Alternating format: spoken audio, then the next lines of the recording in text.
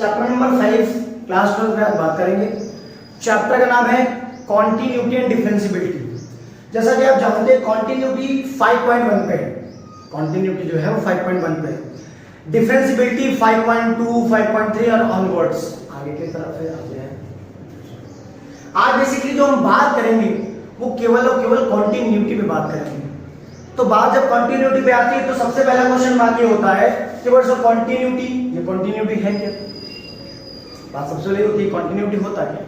आप पहले जानते हैं कि कॉन्टिन्यूटी क्या है। देखिए सुनिए, ध्यान समझिए बात को। आपको कुछ फंक्शंस के बारे में जानकारी होनी चाहिए, उनके डोमेन के बारे में जानकारी होनी चाहिए, उनके ग्राफ के बारे में जानकारी होनी चाहिए। अगर आपको ये सारी जानकारियां हैं, प्लस क्लास 11th में टॉपिक है लिमिट, आपको उसके बारे में भी जानकारी होनी चाहिए। तो सबसे पहले इन सारी चीजों पर बात करने से पहले हम बात करेंगे कॉन्टिन्यूटी पे। किस पे बात करेंगे? कॉन्टिन्यूटी पे बात करेंगे। अब ये कॉन्टिन्यूटी क्या है? मैं आपके सामने दो ग्राफ बनाता हूं, अब बता दो है क्या और कैसा क्या है।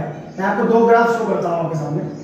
एक ये ग्राफ, मान लिया कि इस फंक्शन का नाम है सपोज करो f1x मान लिया, y इक्वल्स टू f1x मान लिया। ओके, सम पॉइंट मान लिया, यहाँ पे कुछ भी c मान लो, कुछ भी मान लो। एक ग्राफ आपके सामने बना है, यहाँ पे इसको मान लो कि y बराबर f2x, तो मान लो f2x, मतलब ये पहला फंक्शन है, दूसरा फंक्शन। सम पॉइंट आप सी यहाँ सपोज करो, ठीक मान लिया। बहुत फोकस से देखिए, मन लगा के देखिए, एक एक चीज समझ में आएगी, अदरवाइज प्रॉब्लम ही प्रॉब्लम है। चैप्टर बहुत क्रिटिकल है, थोड़ा समझने लायक है, तो समझो बहुत ध्यान से। अब आप इसे देखो, इसे देखो, ठीक।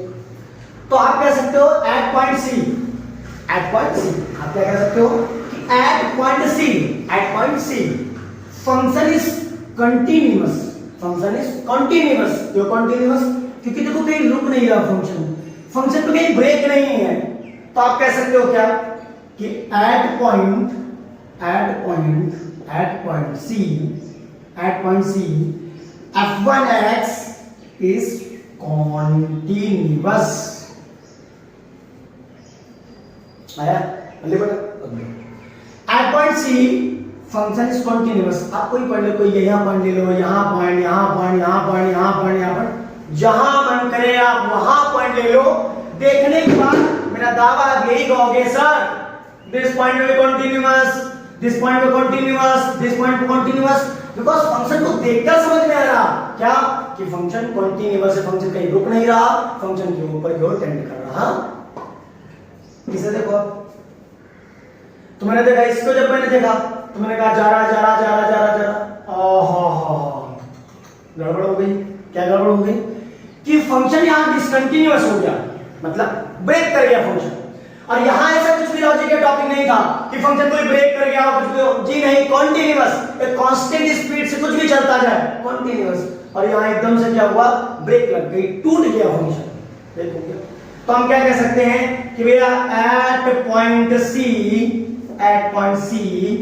f2x is not continuous,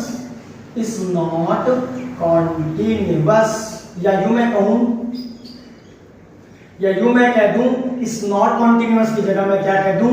discontinuous. क्या कह दूं? डिसकंटिन्यूअस।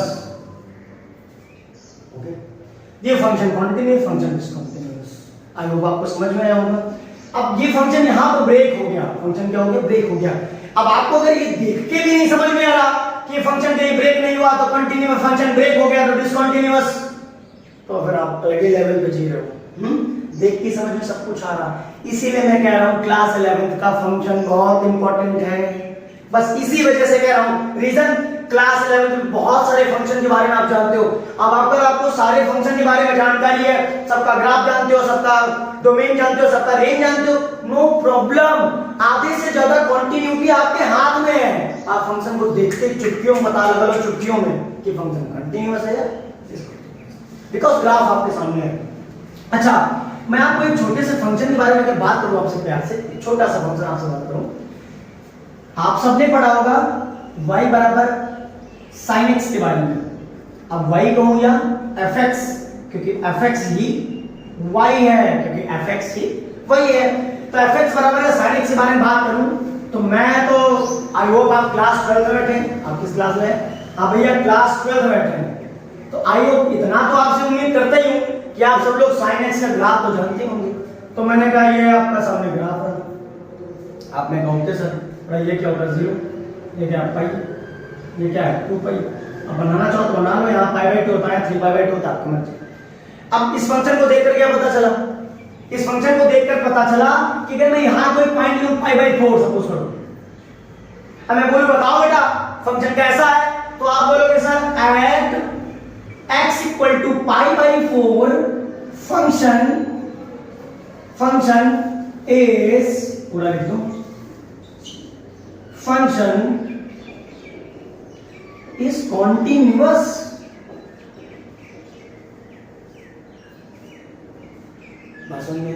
देखते ही समझ में आ रहा, आप यहां पढ़ लो, यहां पढ़ लो, यहां पढ़, कहीं भी पढ़ लो, देखते ही समझ में आ रहा फंक्शन क्या है, कॉन्टिन्यूअस। इसीलिए मैं कह रहा हूं खूबसूरती किसकी है? फंक्शन की खूबसूरती है। अगर आपको फंक्शन के बारे में नॉलेज बेहतरीन है, trust me you are top पे हो आप, अगर फंक्शन के बारे में आपको जानकारी।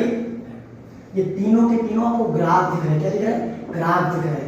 अब मैं बोलूं बेटा y बराबर मान के चलो कि x है, तो बताओ बेटा फंक्शन कंटिन्यूअस कि डिसकंटिन्यूअस? तो तुमको पहले ये बताना पड़ेगा कि सर ये x क्या है। सबसे पहला क्वेश्चन मैंने कहा बेटा आइडेंटिटी फंक्शन है, कहते सर ये बताओ आइडेंटिटी फंक्शन क्या है। इस कंक्लूजन में पहुंचे कि फंक्शन को देखने में पता चला कि एट पॉइंट पाई/4 पाई/6 आप जो भी लो, आप ये कहोगे सर x = पाई/4 पाई/6 पाई/3 फंक्शन इज कॉन्टिन्यूअस। ठीक, अच्छा ये जितने आपको फंक्शन दिख रहे हैं सबका आपको ग्राफ दिख रहा, सबका आपको ग्राफ दिख रहा, तो ये भी फाइनल है कि फंक्शन के बारे में, फंक्शन के ग्राफ के बारे में जानकारी होना बहुत जरूरी है। तो ना आपको भैया, अब हम मान लो जैसे कंटिन्यूटी है, तो कंटिन्यू तो हम 2 टाइप्स चेक करते हैं, 2 टाइप्स। पहला ग्राफ देख के बता देते हैं फंक्शन कंटिन्यूअस कि डिसकंटिन्यूअस। दूसरा कॉन्सेप्ट ऑफ लिमिट। तो तुम्हारा जवाब यही होगा कि सर जी ना हमने फंक्शन पढ़ा है कोई, ना हमने लिमिट पढ़ा है। तो फंक्शन भी नहीं पढ़ा, लिमिट भी नहीं पढ़ी, तो कंटिन्यूटी कैसे पढ़ोगे? तो मैं इसी सहूलियत के लिए आपको आए अच्छे से समझ में, इसके लिए आपको पीछे की कुछ बातें, कुछ आपको स्पेसिफिक, कुछ स्पेशल फंक्शन बताता हूं, कुछ लिमिटिंग कॉन्सेप्ट बताता हूं बढ़िया, उसके बाद आपकी सारी दिक्कत, सारी समस्या का अंत हो जाएगा। ठीक, अच्छा अगर मैं बात फंक्शन की करूं, बात किसकी करूं? फंक्शन की। तो आपने सुना होगा, ना भी सुना होगा मुझसे सुन लो, आइलेट। अभी आइलेट क्या है? आई मतलब इनवर्स, आई मतलब इनवर्स फंक्शन है। क्या इनवर्स? आई मतलब लॉगरिथमिक फंक्शन। क्या? Logarithmic function. A algebraic function.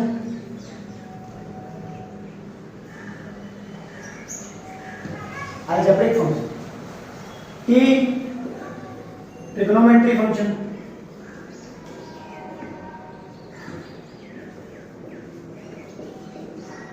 E exponential function. Exponential function. Inverse function, logarithmic function, algebraic function, trigonometry function और एक्सपोनेंशियल फंक्शन। ठीक, अब इसमें बहुत सारे अंदर पार्ट हैं, तो हम स्टार्ट यहां से करेंगे, बेसिक से। अलजेब्रिक फंक्शन से स्टार्ट करेंगे कि फंक्शन क्या है, कैसे होता है, क्या है, कैसा रहता है, यहां से स्टार्ट करेंगे। और आपको कोशिश करेंगे कि एक एक फंक्शन के बारे में बताएं जो जो आपको जरूरत यहां पढ़ने वाली है। ओके, तो स्टार्ट कहां से करेंगे? अलजेब्रिक फंक्शन से स्टार्ट करेंगे।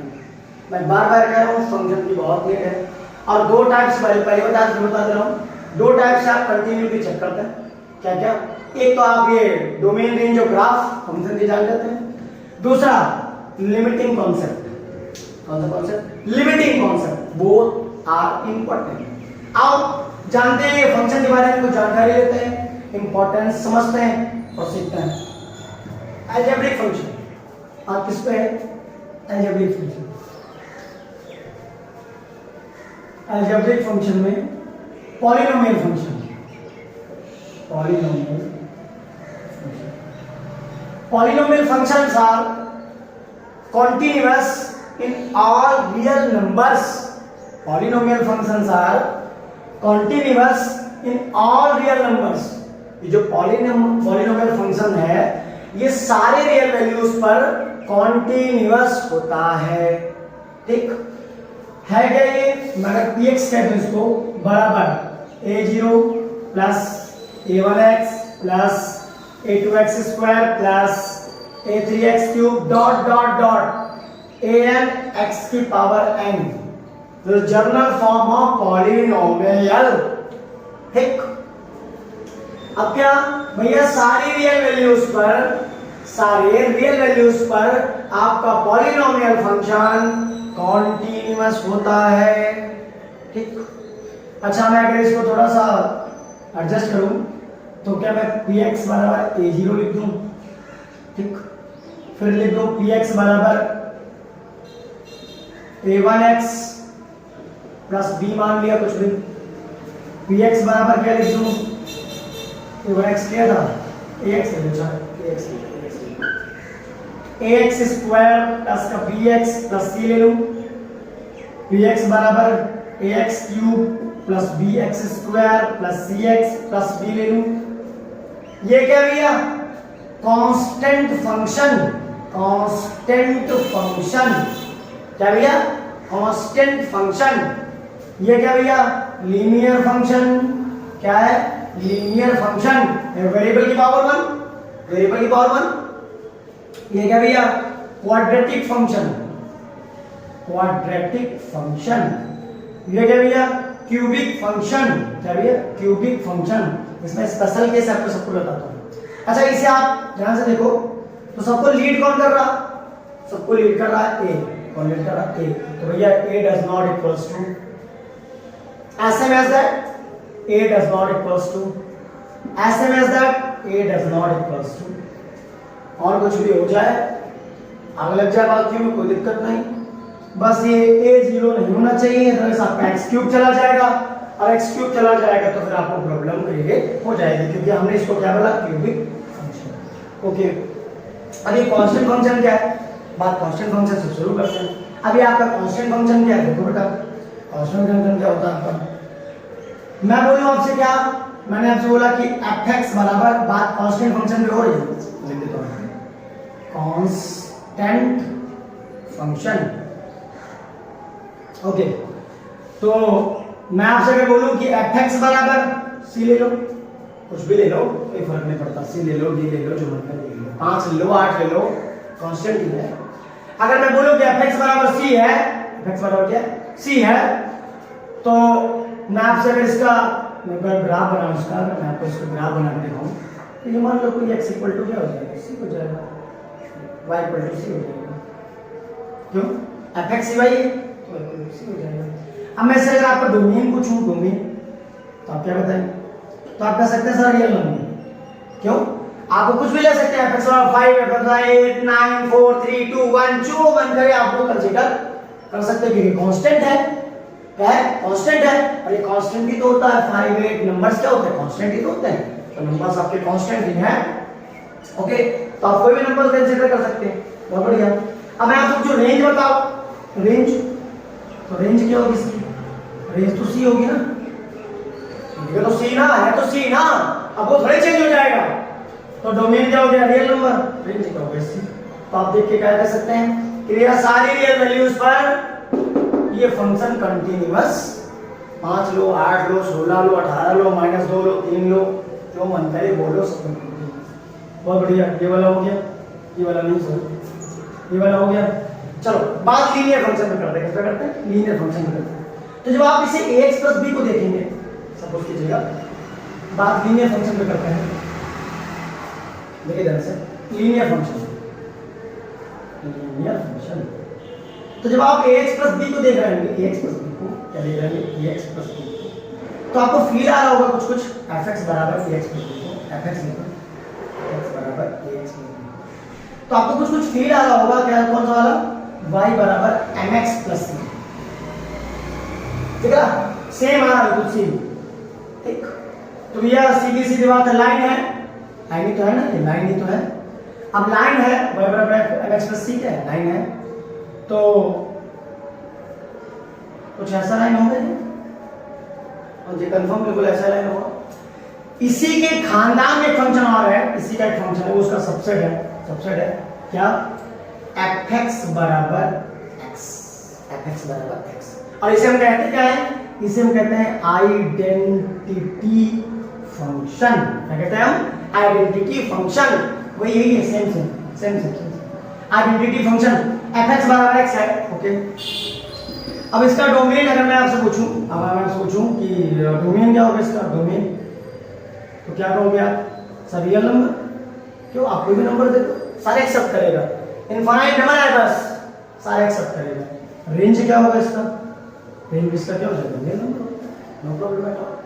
अब मैं इसे आपका ग्राफ बोलूंगा, आप इसका ग्राफ क्या होगा, तो इसका ग्राफ शायद कुछ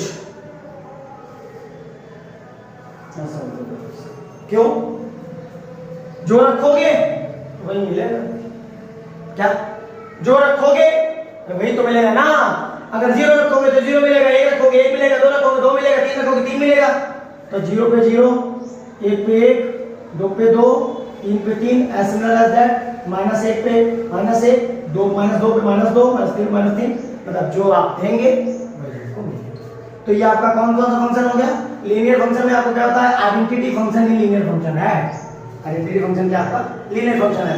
अब रही ax प्लस b y बराबर mx प्लस c की बात, तो ये तो इक्वेशन बताएगी ना कि इक्वेशन उसमें क्या होगी, 3x प्लस 4 9x माइनस 5 वगैरह वगैरह वगैरह, सब तो इक्वेशन बताएगी। आई होप आपको समझ में आया होगा। चलिए ओके, दो फंक्शन हो गए। फंक्शन नंबर 3 क्वाड्रेटिक फंक्शन, इसे हम कुछ स्पेशल केस पे डील करते हैं, इस फंक्शन को हम एक स्पेशल केस पे डील करते हैं, जैसे y बराबर आपने क्या लिख रखा है, ax स्क्वायर प्लस का bx प्लस का c लिख रखा है। एक ऐसा कौन सा फंक्शन हम पढ़ रहे हैं, quadratic function, quadratic function, quadratic function. y is equals to, हमने यहां से bx प्लस c समाप्त कर दिया, a को भी समाप्त कर दिया, सीधे सीधे क्या कर दिया, हमने आपसे कहा था a नहीं रह जिंदा रहना, a रहना चाहिए, बाकी कोई रहे ना रहे मुझे कोई फर्क नहीं पड़ता, कांस्टेंट तो मैंने हटा दिया, सीधे क्या लिख दिया, y बराबर x स्क्वायर या fx बराबर x स्क्वायर। अब ये क्या है, ये पैराबोला है, ये क्या है, ये है पैराबोला, क्या है ये, पैराबोला। मैं आपसे पूछूं कि डोमेन बताओ, तो आप कह दोगे सर रियल नंबर, रेंज बताओ तो आप क्या कहोगे, अब r प्लस क्यों, क्योंकि x स्क्वायर से निगेटिव बाहर आने वाला, निगेटिव आप दे तो सकते हो, इसलिए मैंने ऑल रियल नंबर कह दिया, निगेटिव आप दे तो सकते हो बट आपको निगेटिव मिलने वाला नहीं। इसका ग्राफ क्या होगा, इसका ग्राफ कुछ ऐसा होगा, इसका ग्राफ आपके सामने कुछ ऐसा होगा,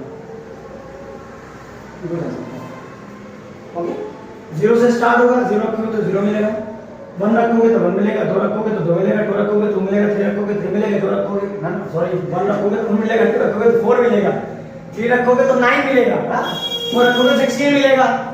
बस वैसे ही यहाँ -1 रखोगे तो भी +1 मिलेगा, -2 रखोगे +4 मिलेगा, -3 रखोगे +9 मिलेगा। ये आपका क्या स्पेशल केस क्या था, या क्वाड्रेटिक फंक्शन से आपको पैराबोला फंक्शन की समझ और पहचान आपको क्वाड्रेटिक फंक्शन ही कराता। बहुत बढ़िया। तीसरा हो गया भैया, चौथा फंक्शन क्या है, क्यूबिक फंक्शन। क्या है, क्यूबिक फंक्शन। अब ये क्यूबिक फंक्शन क्या है, चलिए देखते हैं क्यूबिक फंक्शन क्या है। पॉलिनोमियल फंक्शन का, पॉलिनोमियल फंक्शन का एक और फंक्शन बचा था, क्या, क्यूबिक फंक्शन। क्यूबिक फंक्शन हमने क्यूबिक फंक्शन में क्या बताया कि भैया वो px या fx कुछ भी करो, px करो। हमने कहा px बराबर आपसे बोला ax cube plus bx square plus का cx प्लस का d। बस मैं बार बार कह रहा हूं ए जीरो नहीं होना चाहिए, बाकी सब बहुत बढ़िया है। तो ऐसा करो कि fx बराबर मैं सीधे सीधे लिख देता हूँ क्या, एक्स क्यूब, क्या लिखता हूँ एक्स क्यूब। ये क्या है, ये क्यूबिक फंक्शन है। आपने अभी तक जितने फंक्शन पढ़े हैं, वो चाहे कांस्टेंट फंक्शन हो, चाहे लीनियर फंक्शन हो, चाहे क्वाड्रेटिक फंक्शन हो, और आप क्यूबिक फंक्शन को देख रहे हैं, मैं बार बार कह रहा हूं सारे रियल नंबर्स पे ये सारे के सारे फंक्शन कंटीन्यूअस होते हैं। कोई आपसे कहते हैं x की पावर 9 प्लस y की पावर x की 8 x की पावर 6 प्लस 5x की पावर 4 fx बराबर क्या है बताओ क्या है। तो माय डियर ये एक पॉलिनोमियल फंक्शन है। क्या है, पॉलिनोमियल फंक्शन जिसकी डिग्री कितनी है 9, इसकी डिग्री कितनी है 9। तो आप क्लियर कह सकते हैं कि भैया ये जो फंक्शन है ये कॉन्टिन्यूअस है। कहां कॉन्टिन्यूअस है, कहां, सारे रियल नंबर्स पर। सारे रियल नंबर्स पर फंक्शन क्या होगा, कॉन्टिन्यूअस होगा। ओके चलो वापस आ जाओ। तो इसका डोमेन क्या होगा, ये डोमेन क्या होगा, देखो पास हो। डोमेन और रेंज का मसला जो इतना होता है कि हम अपने फंक्शन को वो नहीं देते जिसमें अनकंफर्टेबल हो जाए, या हमारा फंक्शन अनकंफर्टेबल हो जाए। अब मान लीजिए इनफाइनाइट आ जाए, आपने इसको मान लो कोई ऐसी वैल्यू दी जिसके इनफाइनाइट आ जाए, क्या मतलब हुआ आपको उसको देने का पहली। तो हम हमेशा याद रखते हैं डोमेन को इनपुट में वो देते हैं जो हमें आउटपुट में परेशानी ना उठानी पड़े, बस। तो भैया डोमेन ऐसा कोई नंबर जिसको परेशान कर सकता है, कुछ नहीं, all real number. Range real number जैसा रखोगे आएगा, प्लस रखोगे प्लस आएगा, माइनस रखोगे माइनस आएगा, क्योंकि एक्स क्यूब है। ग्राफ कैसा होता है इसका, इसका जो ग्राफ है बड़ा सुंदर सा ग्राफ इसका ग्राफ होता है कुछ ऐसा, y बराबर एक्स क्यूब। जीरो पे क्या होगा, जीरो रखोगे तो जीरो आएगा, 1 रखोगे तो 1 आएगा, 2 रखोगे तो 8 आ जाएगा, -1 रखोगे तो -1 आ जाएगा, -2 रखोगे तो -8 आ जाएगा। मुझे लग रहा है यही समझने को आया कि पॉजिटिव वैल्यू पे पॉजिटिव देगा और नेगेटिव वैल्यू पे नेगेटिव देगा। तो डोमेन रियल नंबर, रेंज भी आपका रियल नंबर, ये आपका क्यूबिक फंक्शन का। अब एक फंक्शन के बारे में आपको पढ़ाते हैं, रैशनल फंक्शन। कौन सा फंक्शन, रैशनल फंक्शन। अब रैशनल फंक्शन क्या है, अब रैशनल नंबर तो पहले से जानते हो, in the form of p upon q। हां बस कुछ वैसे फंक्शन क्या कि fx बराबर hx upon gx, hx upon gx देखा। और यहां पे देखेंगे भैया gx is does not equals to 0, gx is does not equal to 0। तो fx बराबर hx upon gx and gx is does not equals to 0। Okay बहुत बढ़िया। तो fx बराबर 1 upon x, fx equal to 1 upon x। अब जब x से fx equal to 1 upon x आ गया तो डोमेन क्या होगा इसका। आप देखो, आप समझने वाली बात समझो, आप समझने वाली बात समझो। अगर आप इसे 0 दे देंगे, अगर आप इसे 0 दे देंगे तो पहले तो बात तो ये लिख देना चाहिए x does not equal to 0।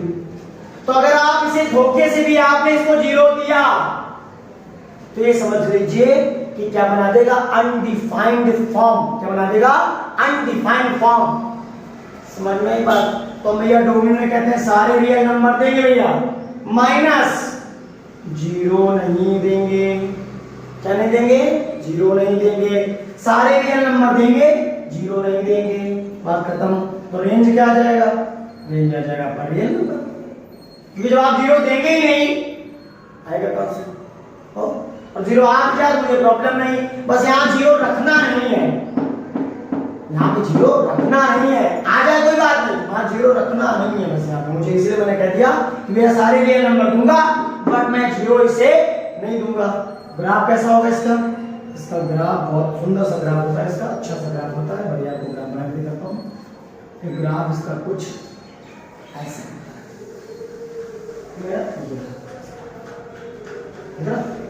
और पॉजिटिव काय का ग्राफ है, y बराबर 1 अपॉन x।